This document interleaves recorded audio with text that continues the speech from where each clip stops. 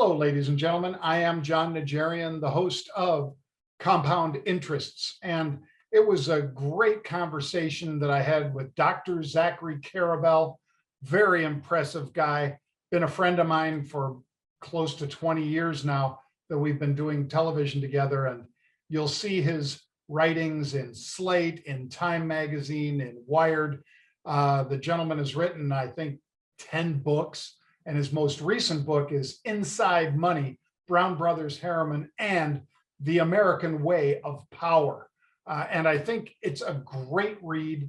I'm just getting finished with it now, but he also reads it aloud if you're a person like me that likes Audible. So please give the podcast a listen. Let us know how you like it with a 5-star review. And now my conversation with Dr. Zachary Karabell. Thank you, Najarian. It is great to have you back. We were both just reminiscing, folks, about how long it's been since we were each in the studio together. Zach is featured across financial media. I'm sure, depending on when you tune in, you've probably seen Zach pontificating, as we all do. But Zach has a little different angle on it because this is a guy who oversaw the creation and launch and the marketing of several funds. So he's not just somebody who occasionally trades. This is a guy that when he was the president of Fred Alger and Company, was overseeing, some pretty significant investments. And I'm delighted that we're able to talk right now, Zach, and very much looking forward to coming back to New York and seeing you out there. It's beginning to emerge from its 14-month enforced slumber. So yeah, it's feeling a little more lively, which is good. It should. Yeah, I think reports of the death of New York are well overstated at this point. It will be a different city on the other side of it without 70 million tourists for a little while. Although it's the first time many of us have been able to go to a museum and not have to battle seas of crowds, which I know is probably not good for those museums' bottom line, but it's been a real pleasure to kind of enjoy a little bit of the city without the same level of clutter. Yeah, and it's nice to be able to walk around. Again, neither of us are saying, oh, thank God there's not tourists, but when you go through Times Square, and on an annual basis, I guess about 90 million people or so go through Times Square.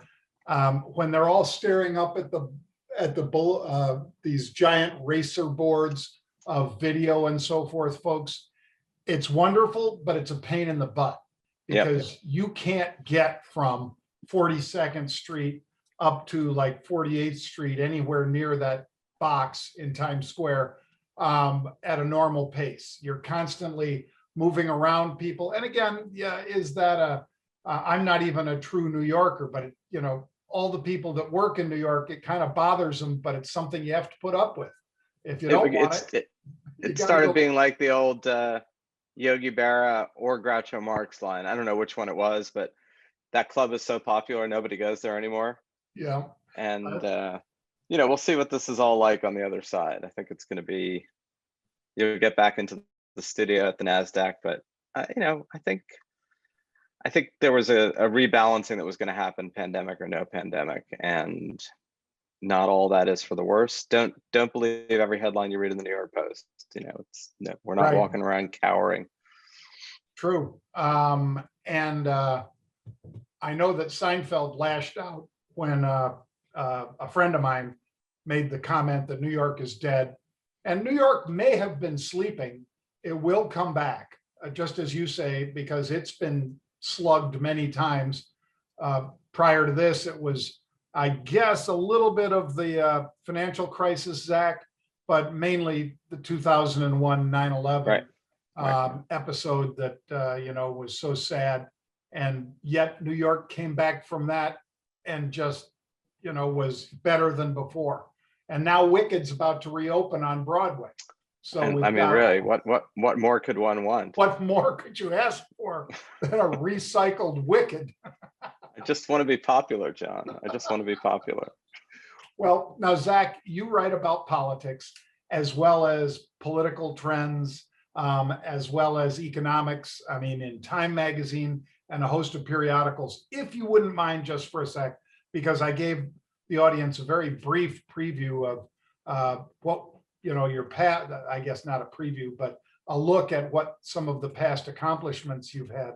But if you wouldn't mind giving the audience a little bit more, that would be great, because as much as they've seen you on television and heard you or read you, it's probably something that would, I think, make them want to go out and grab this great book, Inside Money, which is right now on Amazon, folks. You can get it right now on Amazon, $25.91, I think it is. Inside Money, Zachary Karabell.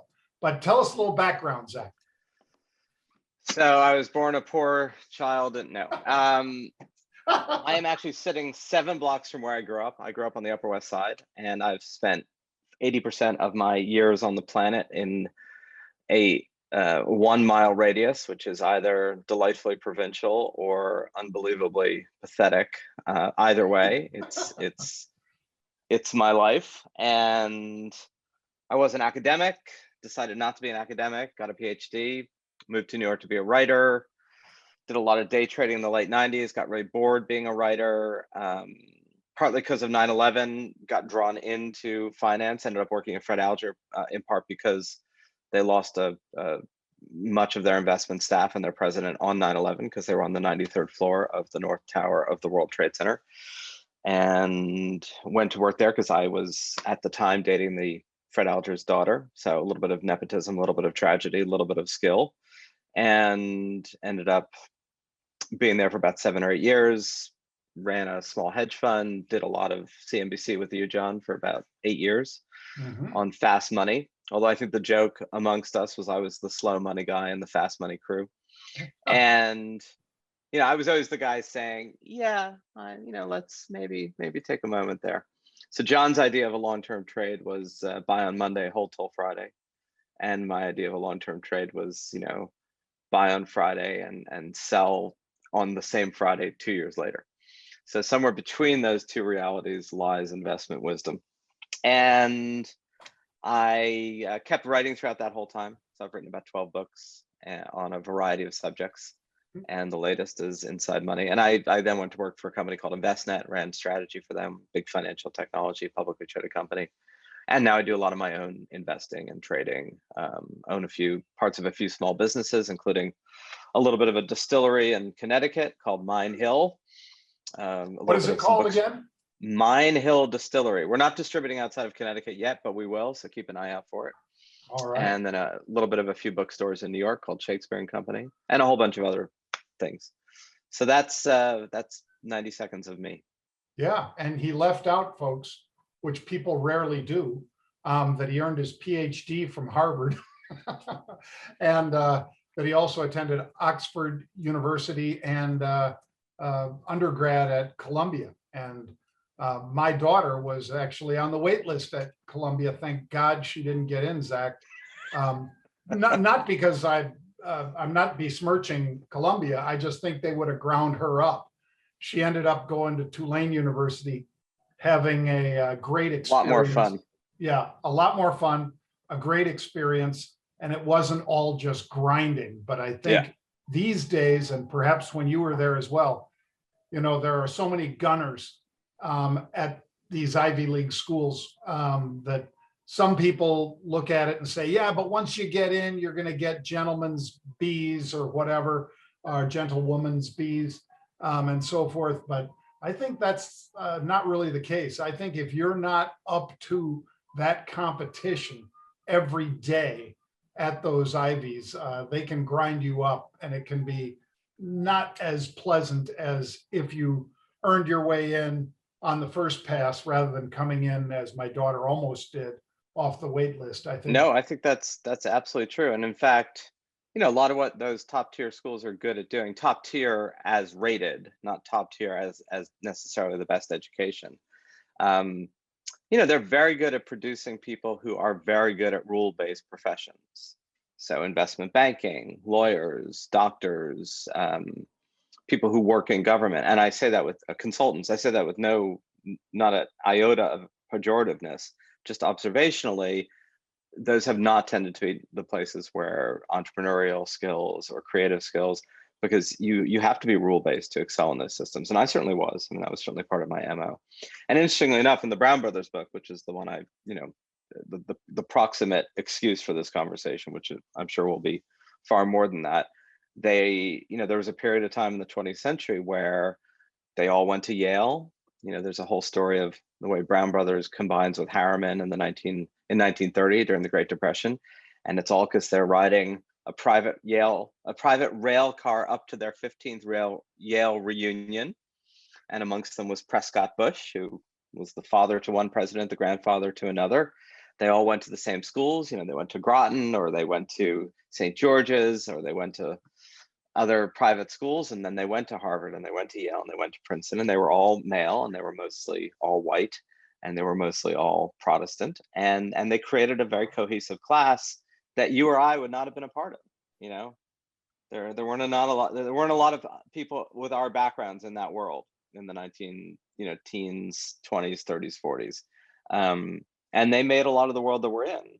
But with all of its strengths and virtues. And it's just an interesting reflection on your story about your daughter going to an Ivy, not going to an Ivy, and in a weird way we still idealize that world to some degree, or aspirationally. And it was a world that unlocked immense potential, but it also had a lot of limitations. Yeah, I'm always taken with how many of the hundreds of people, and I wonder what they're doing now. I'm sure they're just working from home. But CNBC attracts an awful lot of Ivy League talent, both on air in some cases, and the people that put together the shows, the executive producers, assistant producers, and so forth, writers. It's amazing how many of them attended the Ivies.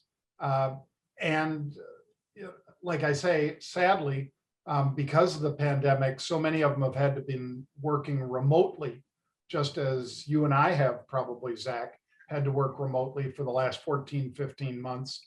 And it is a different way of putting the news together, even though they don't have to be in close proximity.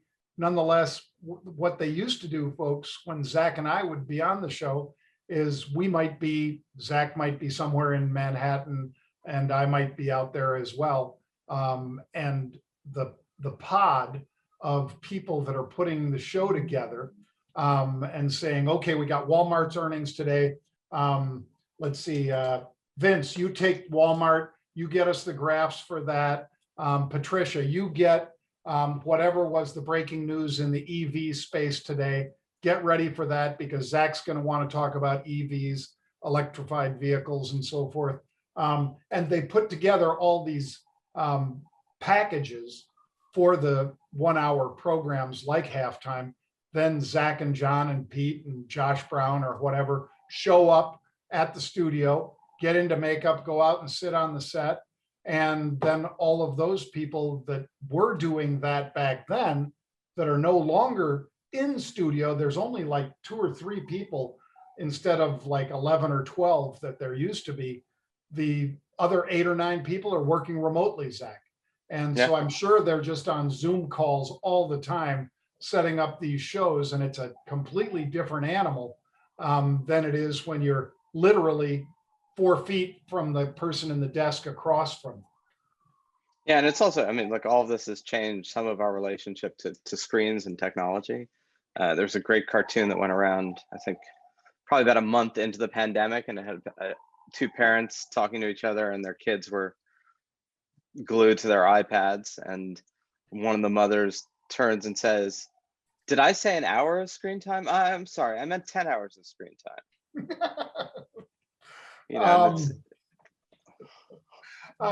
So tell us a little bit about this book, because you've got Avril Harriman, and the Harriman name is legendary. in finance as well as in New York history, because wasn't he a former governor as well? He was. Zach? He was. Okay. And Secretary of Commerce and administrator of the Marshall Plan aid. So I think for a lot of people, you know, Brown Brothers Harriman is kind of a familiar echo, but it's not really a familiar firm. And in many ways, that's because when all the firms that you now trade, you know, Morgan Stanley, Goldman Sachs, and JP Morgan, when all those went public in the 80s and started, stopped being partnerships and started being big centers of capital, Brown Brothers doesn't go public and stays a partnership. And so when I told a lot of people I was writing this book, because they start in 1800, they're one of the only, I mean, they may in fact be the only financial institution of any size that's been around for 220 years. I mean, there may be another, but if there is, I don't know of one. Right. And if there is, it's probably over in Europe, by the way. right. And even then, you know, I guess the Rothschilds a bit. And I'm pretty clear in the book, like living long is not in and of itself a virtue. So the fact that they've been around a while doesn't make them worth writing a book about. Living well is. And I think in many ways, what I end up finding really instructive about the book is we've come to define the financial world in a certain way. And the kind of stuff we do and have done can skew toward how much more can I make? How much more quickly can I make it? And then the incentive of quarterly earnings and the incentive of public companies are profit maximization. And in the financial industry, as we've seen time and again, a lot of that hinges, or certainly did through 2008 through 2009, on other people's money. When you're a partnership, right? When you and John do something, you know, you might get financing from people, but you also might put your own money up, and there's a lot of skin in the game. Yeah. When it's your money, it changes the calculus, right? You're not going to risk 100 times your net worth. But if it's shareholder money and you're getting paid on your share price, it's just a different incentive structure. And Brown Brothers never went there. And so when I told people I was writing this, a lot of them think, well, it just stopped, it ceased to exist way back in the whenever. And partly that's because it just stayed a partnership. And people don't realize, you know, it's 5,000 employees, it has $2 billion in revenue, it has about $500 million in profits. If it were publicly traded, it'd probably be like the size of State Street or one of these companies, you know, 10, $15 billion, give or take. So not a behemoth, you know, not a, oh my God, systemic, but, you know, not your garden variety ho-hum story. And I think that the fact that we've come to lionize and demonize the kind of greed is good, or, you know, the sexy Wall Street story, the Archegos, the guy who blows up. I mean, we don't lionize that, but we pay a lot of attention to it. Sure. And we kind of treat the less sexy, but systemically more stable parts as just not that interesting. And in many ways, that got skewed at some point. And Brown Brothers is a reminder of, I think when you're dealing with money, you want some respect for those who are allocating capital to know just how destructive it can be, as well as passionate about how constructive it can be. And in the hub and spoke world, I'll finish with this, we can keep talking about it. Okay. You know, Brown Brothers was conservative. They wouldn't have funded Elon Musk. You want someone to fund Elon Musk, but you don't want everyone trying to fund Elon Musk. So the ratio should be, I think, more conservativeness at the center and more risk on the periphery, as opposed to what you got in the financial world today, which is a lot of risk at the center and conservativeness on the periphery. Yeah, well, I remember, Zach, and I'm sure you do too, even though you're younger than me. I remember when Goldman was one of the last big partnerships to go public. They had talked about it for years, and most of the partners had just said, no way we're doing that. We don't want to be, you know, we know what Wall Street is all about, and we know how we can be rewarded, and we know how we can be punished. And then when they finally came public, and then the New York Stock Exchange came public, the Merck, the Board of Trade, the Chicago Board Option Exchange, when virtually everything on Wall Street de-equitized the members. The members got paid well, don't get me wrong. I mean, the members all got shares in the NewCo, in the NYSE, which is now the ICE, the Intercontinental Exchange, which has bought the New York Stock Exchange, or the Board of Trade, or the Merck, or any of the other exchanges that either got gobbled up or went public and then got gobbled up. That created an awful lot of capital for those entities.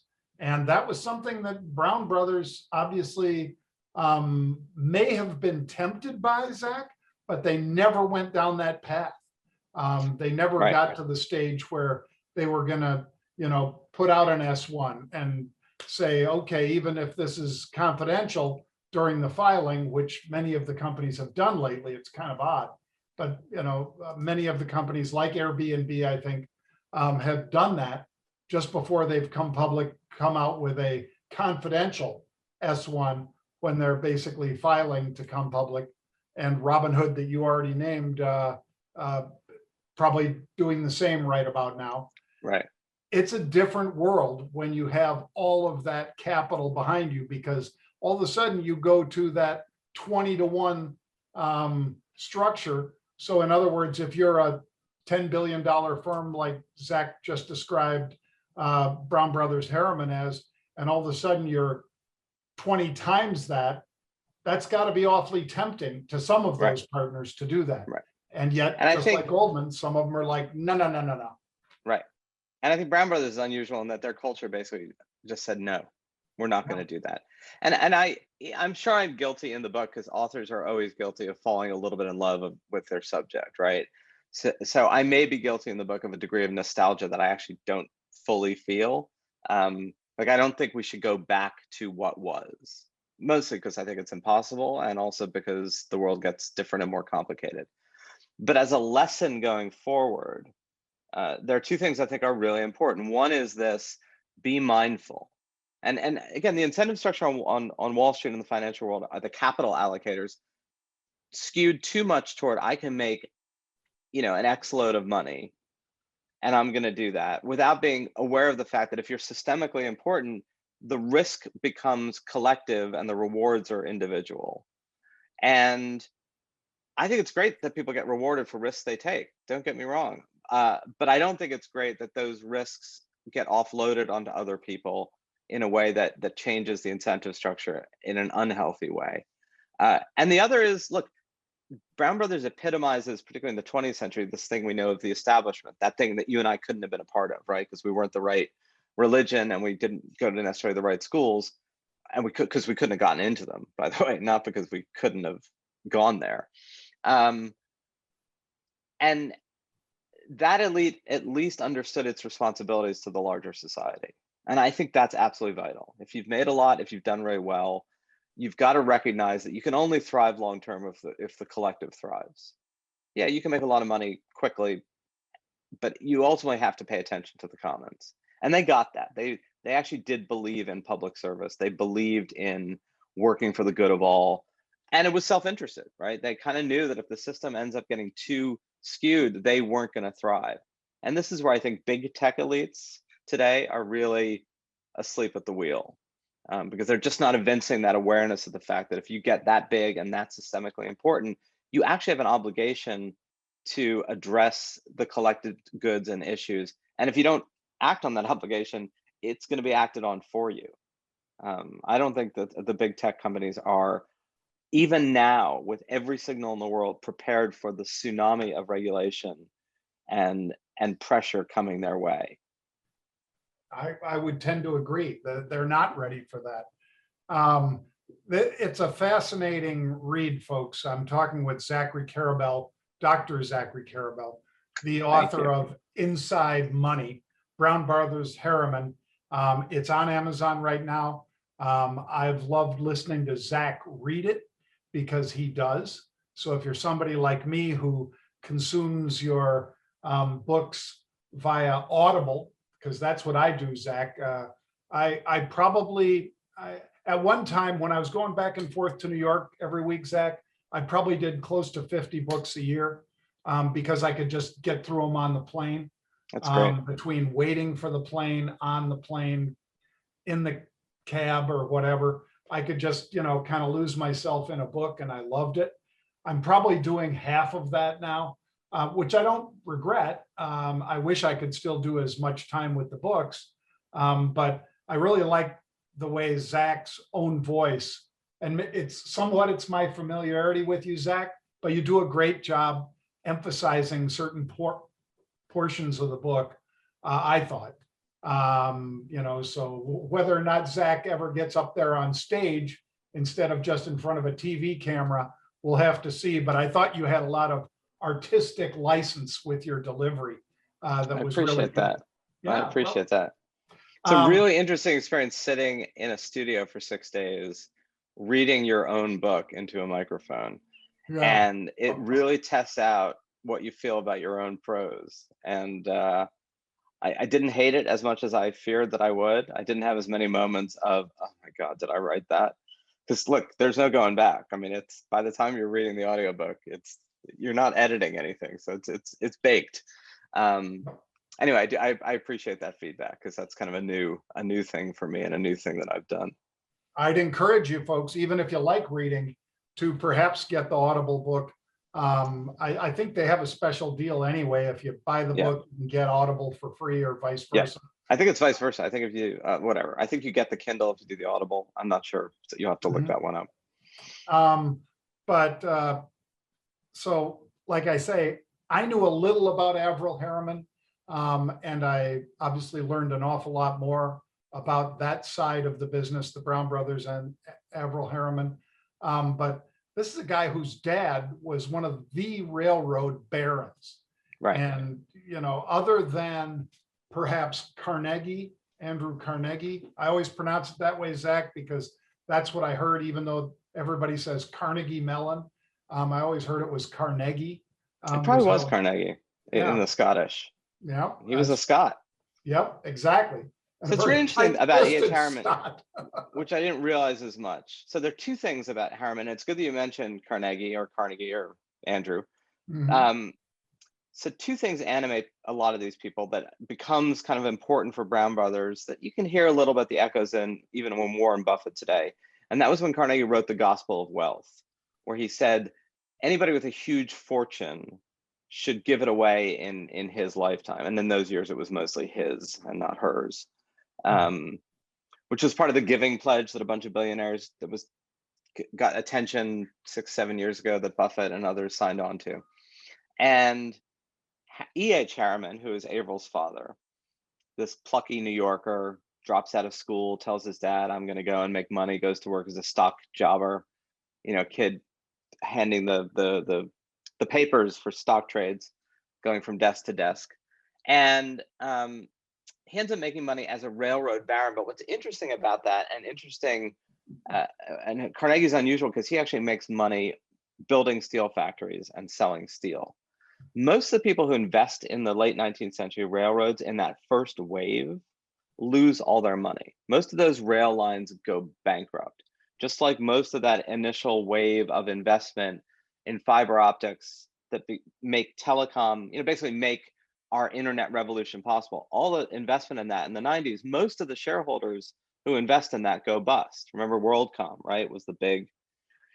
So E.H. Harriman makes money not building the initial lines. He makes money buying the initial lines when they go bankrupt. So he basically buys them up for pennies on the dollar and refurbishes them.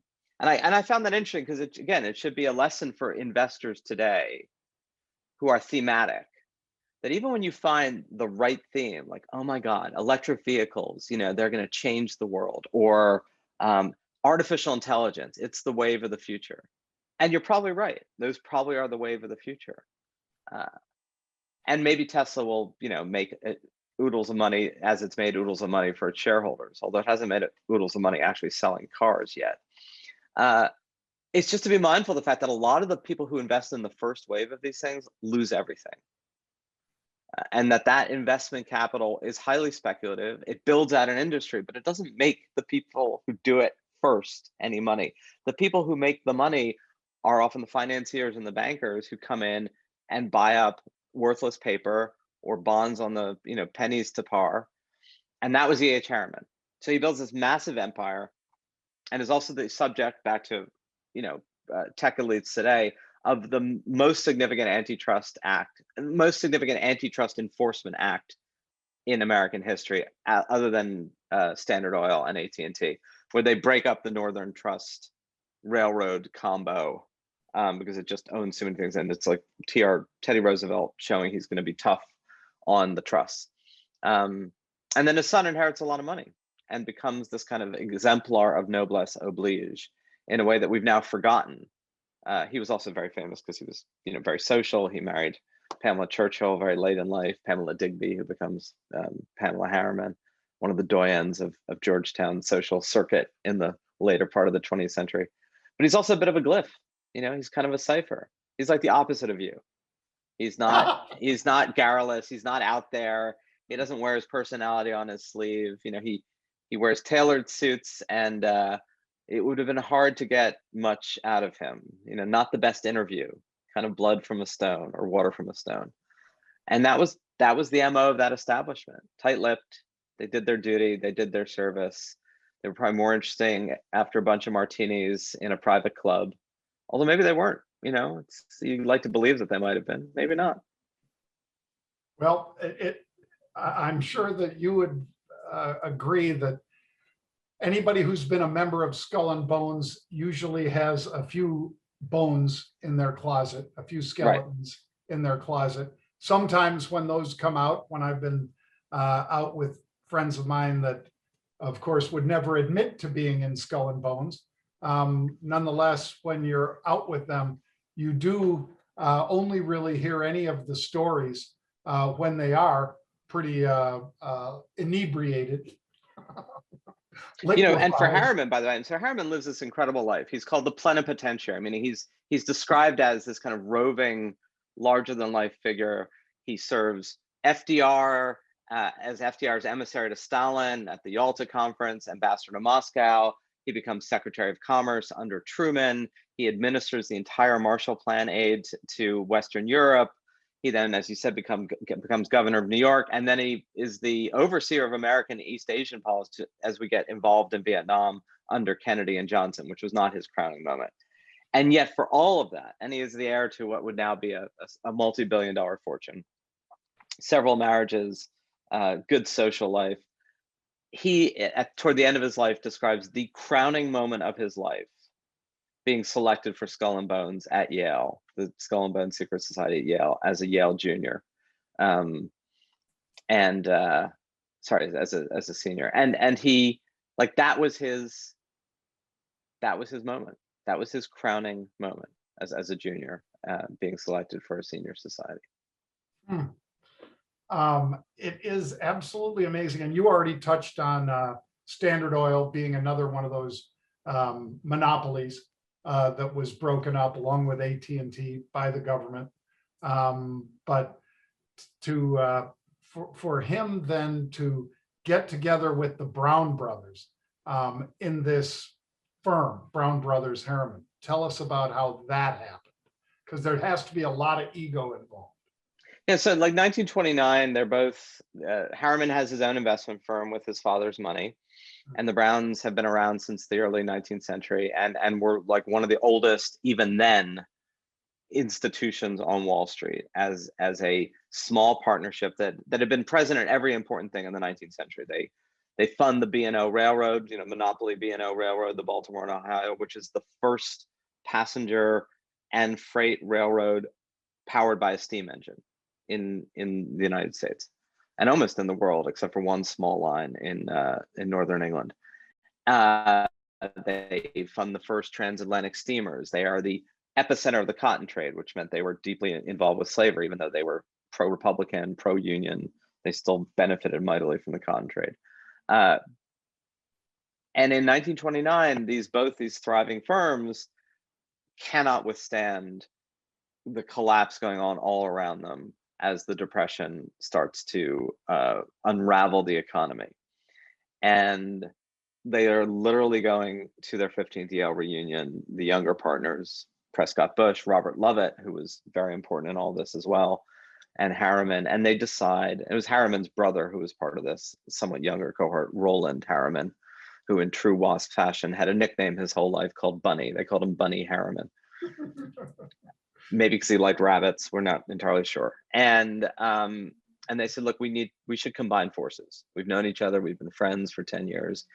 And Brown Brothers had too many commitments and not quite enough capital, and Harriman had enough capital, but also a lot of business deals that had gone wrong. So they decided to join forces. And look, mergers often lead to, I mean, you know this from everything you look about it, two flailing companies merging does not make for a successful company. It just makes for a slightly larger flailing company. But in this case, they were sound franchises in a desperate time, and the combo worked. So like Harriman money infused into Brown Brothers business saved both of them and led to a much more stable institution. The irony, and you're going to love this story, John, which will spoil a little bit of the ending for you. All right. Glass-Steagall happens. And what happens in Glass-Steagall? What does Glass-Steagall demand? Well, number one, let me see. In Glass-Steagall, the Investment banking and commercial banking. They separate out investment banks, and ultimately that gets brought back into one under Sandy Really Weil, with Sandy pushing it so hard. So it begins with Glass-Steagall, where they have to separate, and they actually get to choose. You get to choose, like, who are you going to be? You're going to be a commercial bank or an investment bank. And Brown Brothers, because more of their business was in commercial banking, decides we're going to be a commercial bank and we're going to spin off our investment bank. That investment bank gets called Harriman Ripley. In the middle of the 60s, Harriman Ripley merges with an old Philadelphia investment bank, also spun off from Morgan, called Drexel. And it becomes Harriman Drexel.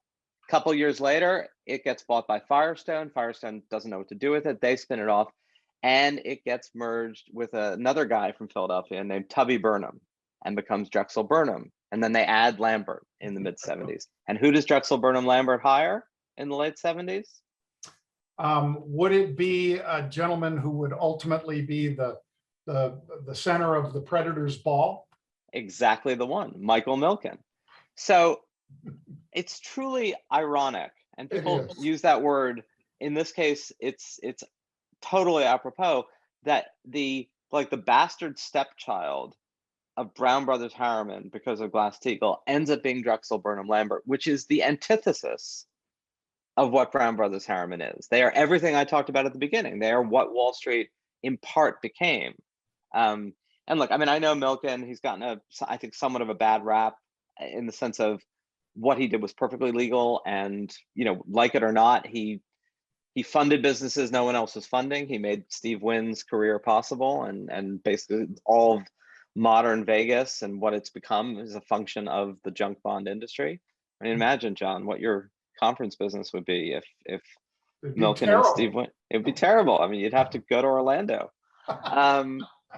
So, you know, but it's really interesting how that happened as a kind of life cycle question. And it's like, you know, forgive them, Father, for they know not what they do. Like, your kids do things you don't quite expect, and in this case, the descendants of Brown Brothers Harriman in the form of Drexel Burnham become a completely different institution. And you've done a great job wrapping that story around, but to unpack it just a little bit, as you said, the Brown Brothers, when they first started and funded the B&O Railroad and the first steamships and things like that, that was cutting edge. Right. I mean, it's not exactly Tesla, but nonetheless, when you're going to a steam-powered locomotive or ship, that's a big change that was, you know, a pretty big gamble for them at the time. And they got more conservative, obviously, as they moved along. And to your point, they, you know, the firm became a little more of a stable rather than that periphery. Yeah, just show me something to throw money at, right, sort of investment bank that some are out there doing that exact same thing right now. But you know, they, even when they funded these kind of, what you're right, would have been innovative speculative ventures at the time, a steamship, a steam engine, they never like bet the farm. So they are always, the risks they take and the exposure that they allow is always within the bounds of what they could manage. And then they got other partnerships and other people to ride along with them, as opposed to what you talked about earlier, you know, the 100-to-1 leverage. Right. So, and there were plenty of people taking on leverage in the 19th century through these frontier banks that would print their own paper and basically say, this is money. And they were called wildcat banks. And, it worked until it worked. And then when it fell apart really spectacularly. So it's not like the 19th century didn't have its own incredibly volatile waves of speculation. It's just Brown Brothers didn't swim in that particular pool. And tell the listeners and viewers how far you follow this story. It's not just about turn of the century with this, son of a railroad baron and, some Yale classmates putting this thing together. How far did you follow it from? So look, World in the War middle of the I? 20th century, it's not just Harriman, it's a bunch of Brown Brothers partners who become part of what we know as the establishment, this sort of close cohort of often Ivy educated, often intermarried, often same religion, who really do play a disproportionate role in shaping what Henry Luce, the founding editor of Time magazine, called the American century. That period of time after 1945, really into the later part of the 20th century, where the United States just had preponderant power. The United States still has massive power, don't get me wrong, but its relative power in those years was far greater than it is today. Yes, there was the Soviet Union, but the Soviet Union was never an economic competitor. It was barely a military competitor the way we feared. And it certainly was an ideological competitor. And they shaped the world we're in, right? They write, Robert Lovett, partner of Brown Brothers, goes in, becomes Undersecretary of State to George Marshall. George Marshall, who was the Chief of Staff of the US Army during World War II, and then becomes Secretary of State under Truman. Marshall Plan. They write the General Agreement on Tariffs and Trade, which is the precursor to the World Trade Organization. So this kind of world of free trade that we live in today, that is hugely contentious, but it is nonetheless the world we live in today, whether it's contentious or not. They help create that world. They, I'm not saying just the Brown Brothers, their class, their cohort. They established the Department of Defense as a consolidated thing. Robert Lovett is one of the progenitors of the modern Air Force. He almost single-handedly creates the B-29 bomber, the superfortress that drops the 2 atomic bombs on Hiroshima and Nagasaki, as well as all the strategic bombing on Germany. And then, of course, Prescott Bush. You want to know where the Bush family fortune came from? It came from Harriman's money and Brown Brothers Harriman, where Prescott was a partner. That's an important aspect of who we are today. That post-war establishment shapes the world. And then the 60s and 70s, are the generation kind of you grew up in, reacts against that world. That they were treated as, that's the group that got us into Vietnam. That's the group that ignored racial segregation. That's the group that, worshiped the dollar. And what about social justice?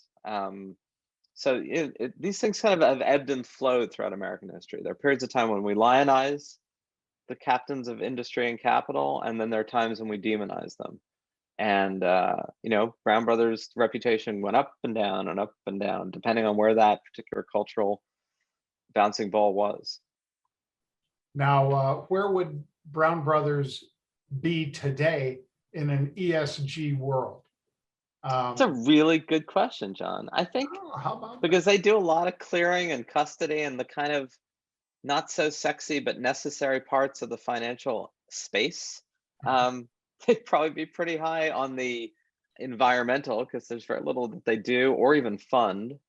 A lot of what they fund is trading foreign currencies or settlement of ADRs, American depository receipts of foreign companies that trade on US exchanges. They do some asset management. All of these things are kind of light touch environmentally.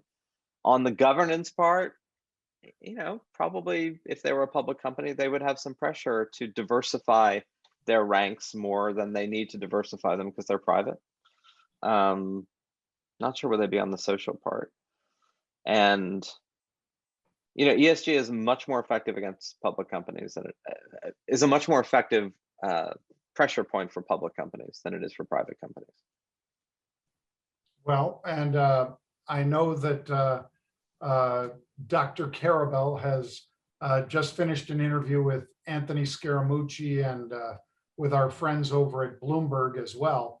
So I'm thinking, Zach, this book, Inside Money, Brown Brothers Harriman, American Way of Power, and the American Way of Power, is going to be a pretty widely read book amongst Wall Street, certainly, but for anybody who really wants that history of, again, a railroad baron whose then son goes and the United States has just purchased Russia, right? Not Russia, Alaska from Russia. We didn't purchase Russia, but Harriman would have liked to. If Oh, they'd yeah. been selling, he would have been buying. I mean, Trump tried to buy Greenland last year. So, yeah. So when Russia sold off Alaska, the Harrimans are the ones that financed an expedition up there for scientific purposes and so forth. And bring along John Muir, Muir Woods, the great conservationist, American conservationist, hugely important in the national park movement, all of it. And Harriman's like, who would I want to go with me to Alaska and show me around, but the most esteemed naturalist of the day. It's a little like Indian billionaires having who do they have come and sing? Beyonce, right? Paying for Beyonce to come sing at the wedding was the equivalent of V.H. Harriman having John Muir accompany them on an Alaska expedition. Yeah, it's so funny. It's a little bit like in any of the Raiders of the Lost Ark genre, where all of a sudden some really rich guys in tailored suits that you say Mr. Harriman favored show up to Dr. Indiana Jones's office and say, we want to fund you to go out and look for this. Right. It's exactly like that. Like that. It's total patronage imitating networks. Life. Total patronage networks. Absolutely true. And Zach, it's a delightful stories. I can't wait to finish the book. I have not finished it yet, but I can't wait to finish it. I spoiled the ending for you. I hope. No, that's all right. That's all right. No. I'm pretending I didn't hear that. But it is a great read, folks. Inside Money, Brown Brothers Harriman, and The American Way of Power by my friend, Dr. Zachary Karabell. Make sure you pick it up. And if you do have a chance, listen to him read it, because it really comes alive. Zach, thank you for joining me today, my friend. Thank you, John and Jarian. You rock and you roll. You rock and you roll. And I look forward to seeing you in New York soon. Thanks, Zach. Drink